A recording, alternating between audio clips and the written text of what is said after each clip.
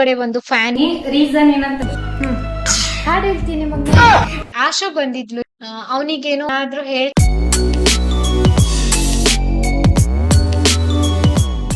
Hello ಸ್ನೇಹಿತರೆ, welcome back to my channel. ಸೋಮವಾರದ vlog ಇದು. ಇವತ್ತು ಮಧ್ಯಾಹ್ನದ ಮೇಲೆ ವಿಡಿಯೋನ ಶುರು ಮಾಡ್ಕೊಂಡಿದ್ದೆ. ಊಟಕ್ಕೆಲ್ಲ ರೆಡಿ ಮಾಡ್ತಾ ಇದ್ದೆ. ಅನ್ನ ಮಾಡಿದ್ದೆ, ಗಂಜಿ ಕೂಡ ಮಾಡಿದ್ದೆ. ಹಂಗೇನೆ ಇವತ್ತು ನುಗ್ಗೆಕಾಯಿ ಬೇಳೆ, ಆಲೂಗಡ್ಡೆ ಎಲ್ಲ ಹಾಕ್ಬಿಟ್ಟು ಸಾಂಬಾರ್ ಮಾಡಿದ್ದೆ. ನುಗ್ಗೆಕಾಯಿ ಬೇಳೆ ಸಾರು ಕೂಡ ರೆಡಿ ಆಗಿತ್ತು. ಕೊನೆಯಲ್ಲಿ ನಾನೊಂದು ಒಗ್ಗರಣೆ ಹಾಕೊಳ್ಬೇಕಿತ್ತು ಅಷ್ಟೇನೆ. ಇನ್ನ ಈ ನುಗ್ಗೆಕಾಯಿನ ನನ್ನ ಅಕ್ಕ ಕೊಟ್ಬಿಟ್ಟು ಹೋಗಿದ್ರು. ಅವ್ರ ದೇವಸ್ಥಾನಕ್ಕೆ ಹೋಗೋರು ಭಾನುವಾರದ ದಿನ ನನ್ಗೆ ಫೋನ್ ಮಾಡಿ ಅಂದ್ರೆ ಮಾರ್ಕೆಟಿಗೆ ಬಾ ಅಂತ ಹೇಳಿ ನಮ್ಮ ಮನೆಯವ್ರು ಹೋಗಿದ್ರು. ಅವ್ರ ಹತ್ರ ಕೊಟ್ಬಿಟ್ಟು ಹೋಗಿದ್ರು. ಇವತ್ತು ಅಕ್ಕನ ಮನೆಯಲ್ಲಿ ಆಗಿದ್ದು ನುಗ್ಗೆಕಾಯಿ ಹಾಕಿ ಸಾರು ಮಾಡಿದ್ದು. ಸಾರೆಲ್ಲ ರೆಡಿ ಆಯ್ತು, ಒಗ್ಗರಣೆ ಕೂಡ ಹಾಕಿದ್ದಾಯ್ತು. ಇನ್ನ ಒಂದ್ ಬದ್ನೆಕಾಯಿ ಇತ್ತು, ಅದ್ರದ್ದು ಗೊಜ್ಜು ರೆಡಿ ಮಾಡ್ಕೊಳ್ತಾ ಇದ್ದೆ, ಗೊಜ್ಜು ಮಾಡೋಣ ಅಂತ. ಇವತ್ತು ಲ್ಯಾಪ್ಟಾಪ್ ರಿಪೇರಿಗೆ ಹೋಗಿತ್ತು. ಲ್ಯಾಪ್ಟಾಪ್ ಕೂಡ ರೆಡಿ ಆಯ್ತು, ರೆಡಿ ಮಾಡ್ಕೊಂಡ್ ಬಂದ್ರು. ಅದ್ರ ಒಳಗಡೆ ಒಂದು ಫ್ಯಾನ್ ಇತ್ತಿಲ್ವಾ, ಈ ರೌಂಡ್ದು, ಇವಾಗ ನಾನು ತೋರ್ಸಿದೀನಿ, ನಿಮ್ಗೆ ಕಾಣಿಸ್ತಾ ಇಲ್ವೋ ಗೊತ್ತಿಲ್ಲ, ಅದು ಹೋಗಿತ್ತಂತೆ. ಈ ಲ್ಯಾಪ್ಟಾಪ್ ದೆಲ್ಲ ಪುಟ್ಟ ವಸ್ತು ಹೋದ್ರುನು ಕೂಡ ತುಂಬಾ ಎಕ್ಸ್ಪೆನ್ಸಿವ್ ಇರ್ತದೆ. ನಾವ್ ಅನ್ಕೊಂಡಷ್ಟು ಇರೋದಿಲ್ಲ. 100 ರೂಪಾಯೋ 200 ರೂಪಾಯಿಲೋ ಆತರ ಎಲ್ಲ ಮುಗ್ದು ಹೋಗೋದಿಲ್ಲ.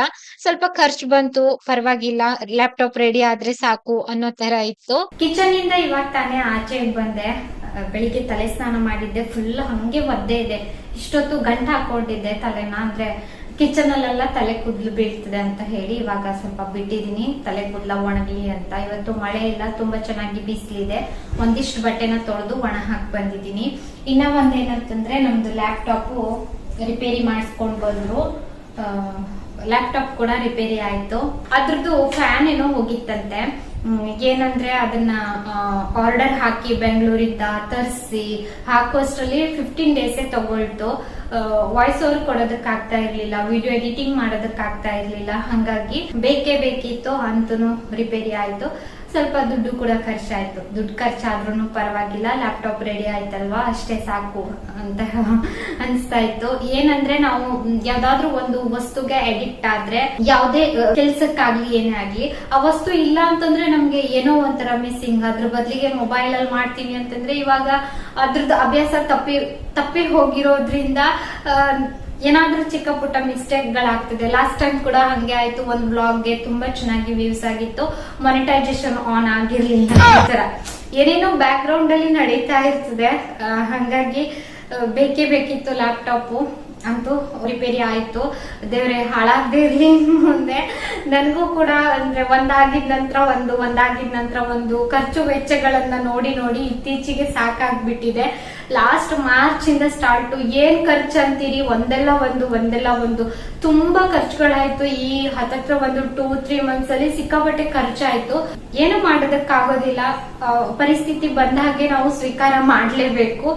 ಆನ್ಲೈನ್ ಇಂದ ಒಂದು ಕುರ್ತಾ ಸೆಟ್ ತರಿಸಿದ್ದೆ. ಇದೇನಂತಂದ್ರೆ ಆಫೀಸ್ ವೇರ್ ಹೋಗೋರಿಗೆಲ್ಲ ತುಂಬಾ ಚೆನ್ನಾಗಿದೆ. ಲಾಸ್ಟ್ ಟೈಮ್ ನಾನು ಇದರಲ್ಲಿ ಪಿಂಕ್ ತರಿಸಿದ್ದೆ, ಈ ಬಾರಿ ಗ್ರೀನ್ ತರಿಸಿದ್ದೀನಿ. ಚೆನ್ನಾಗಿದೆ, ವರ್ತ್ ಇದೆ. ಲಿಂಕ್ ಅನ್ನು ನಾನು ಕೊಟ್ಟಿರ್ತೀನಿ. ಇದರಲ್ಲಿ ಯೆಲ್ಲೋ ಕಲರ್ ಅಲ್ಲಿ ಇದೆ. ನಾನು ತರಿಸ್ಕೊಳ್ಬೇಕಂತ ತುಂಬಾ ದಿನದಿಂದ ಕಾಯ್ತಾ ಇದ್ದೀನಿ, ನೋಡೋಣ. ಯೆಲ್ಲೋ ಕಲರ್, ನನಗೆ ಯೆಲ್ಲೋ ಕಲರ್ ಅಂತಂದ್ರೆಲ್ಲ ತುಂಬಾ ಇಷ್ಟ. ಇದು ಗ್ರೀನ್ ಕಲರ್, ನನ್ಗೆ ಇದಷ್ಟು ಲೈಕ್ ಆಗ್ಲಿಲ್ಲ. ಅಂದ್ರೆ ಬಾಟಲ್ ಗ್ರೀನ್ ಇಷ್ಟಪಡೋರಿಗೆ ಇಷ್ಟ ಆಗ್ತದೆ. ಇದ್ರಲ್ಲಿ ಯೆಲ್ಲೋ ಕಲರ್ ಇದೆ, ಮಸ್ಟರ್ಡ್ ಯೆಲ್ಲೋ. ತರ್ಸ್ಕೊಂಡಾಗ ಖಂಡಿತ ಶೇರ್ ಮಾಡ್ತೀನಿ. ಇದು ಬಂದು kurta set, side cut kurta, embroidery ಹಾಕಿದ್ದಾರೆ. ಇದಕ್ಕೆ ಪ್ರಿಂಟೆಡ್ ಎಲ್ಲ ಫುಲ್ ಎಂಬ್ರಾಯ್ಡರಿ ಹಾಕಿದ್ದಾರೆ. Pant, palazzo pant. ಇದಕ್ಕೆ ಬಂದು ದುಪಟ್ಟ ಈ ತರ ಇದೆ.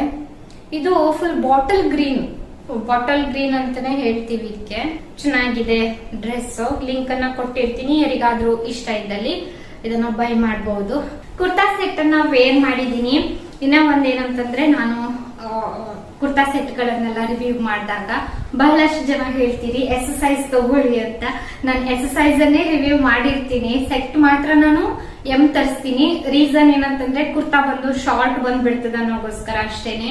ಈ ಅಂಬ್ರೆಲಾ ಡ್ರೆಸ್ ಗಳೆಲ್ಲ ನಾನು ಎಕ್ಸಸೈಸ್ ತರಿಸ್ತೀನಿ. ಎಷ್ಟೇ ಸ್ಮಾಲ್ ಸೈಜ್ ತರಿಸಿದ್ರು ನನಗೆ ಅಲ್ಟ್ರೇಷನ್ ಅಗತ್ಯ ಇದೆ. ಅಲ್ಟ್ರೇಷನ್ ಮಾಡ್ಲೇಬೇಕು ಬಟ್ಟೆಗಳನ್ನ. ಇದು ಡ್ರೆಸ್ ಚೆನ್ನಾಗಿದೆ. ಆಫೀಸ್ ವೇರ್ ಹೋಗೋರಿಗೆಲ್ಲಾನು ತುಂಬಾ ಚೆನ್ನಾಗಿದೆ. ಇದು ಡ್ರೆಸ್ ಬಂದು ಬಾಟಲ್ ಗ್ರೀನ್, ಸಖತ್ತಾಗಿದೆ ಅಲ್ವಾ, ವರ್ತ್ ಇದೆ ಕೂಡ. ಲಿಂಕ್ ಅನ್ನ ಕೊಟ್ಟಿರ್ತೀನಿ. ತುಂಬಾ ಜನ ಶಾರ್ಟ್ಸ್ ಅಲ್ಲೂ ಕೂಡ ಲಿಂಕ್ ಅನ್ನ ನೀವು ಕೇಳ್ತಿರ್ತೀರಿ. ಶಾರ್ಟ್ಸ್ ಅಲ್ಲಿ ನಾನು ಅಲ್ಲಿ ಟ್ಯಾಗ್ ಮಾಡಿರ್ತೀನಿ. ಒಂದು ಪುಟ್ಟದಾಗಿ ಸೈಡ್ ಅಲ್ಲಿ ಫೋಟೋ ಕಾಣ್ತಾ ಇರ್ತದಲ್ವಾ, ರೀಲ್ಸ್ ಹಾಕಿದಾಗ, ಶಾರ್ಟ್ಸ್ ಹಾಕಿದಾಗ ಅದ್ರ ಮೇಲೆ ನೀವು ಟ್ಯಾಬ್ ಮಾಡಿದ್ರೆ ನಿಮ್ಗೆ ಲಿಂಕ್ ಓಪನ್ ಆಗ್ತದೆ. ನೀವು ಆರಾಮಾಗಿ ಬೈ ಮಾಡಬಹುದು. ಒಂದ್ ವಿಡಿಯೋನಲ್ಲಿ ನಾನು ಹಾಕಿದ್ದೆ ಕೂಡ, ಇತ್ತೀಚೆಗೆ ಶಾರ್ಟ್ಸ್ ಹಾಕುವಾಗ ನಾವು ಬರ್ದ್ಬಿಟ್ಟು ಹಾಕ್ತಾ ಇದೀವಿ, ಇಲ್ಲಿ ಟ್ಯಾಬ್ ಮಾಡಿ ನಿಮ್ಗೆ ಲಿಂಕ್ ಸಿಗ್ತದೆ ಅಂತ ಹೇಳಿ. ಪುಟ್ಟ ಫೋಟೋ ಕೊಟ್ಟಿರ್ತೀವಿ ಅಲ್ವಾ, ಅದ್ರ ಮೇಲೆ ನೀವು ಟ್ಯಾಬ್ ಮಾಡಿದಾಗ ಶಾರ್ಟ್ಸ್ ಹಾಕಿದಾಗ ಲಿಂಕ್ ಓಪನ್ ಆಗ್ತದೆ.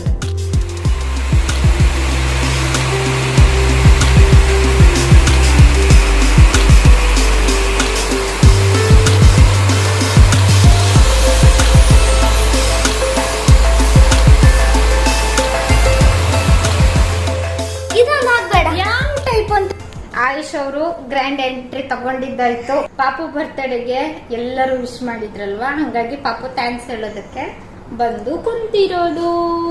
ನಂಗೆ ಒಂದು ಸ್ಪೆಷಲ್ ಒಂದು ಮೆಸೇಜ್ ಹೇಳ್ಬೇಕು ಮಾಡಿದ್ದೆ. ಹಾ ಹೇಳಿ. ನೀ ಫಸ್ಟ್ ಥ್ಯಾಂಕ್ಸ್ ಹೇಳು, ನಿಂಗೆಲ್ಲ ಬರ್ತ್ಡೇ ವಿಶ್ ಮಾಡಾರಲ್ಲ ಅವ್ರಿಗೆ ಥ್ಯಾಂಕ್ಸ್ ಹೇಳು. ಹಾಡು ಹೇಳ್ತೀನಿ ಮಗ. ಯಾರು ನಂಗೆ ವಿಶ್ ಮಾಡವ್ರಲ್ಲ ಹ್ಯಾಪಿ ಬರ್ಡೇ, ಅವ್ರಿಗೆ ಥ್ಯಾಂಕ್ಸ್. ಮತ್ತೆ ಆರಾಮಿದ್ದೀನಿ ಕೇಳವ್ರಲ್ಲ ಅವ್ರಿಗೂ ಥ್ಯಾಂಕ್ಸ್. ಇನ್ನ ಮತ್ತೆ ನೆಕ್ಸ್ಟ್ ಡೇ ಈ ವ್ಲಾಗ್ ಅನ್ನ ನಾನು ಕಂಟಿನ್ಯೂ ಮಾಡ್ತಾ ಇರುವಂತದ್ದು.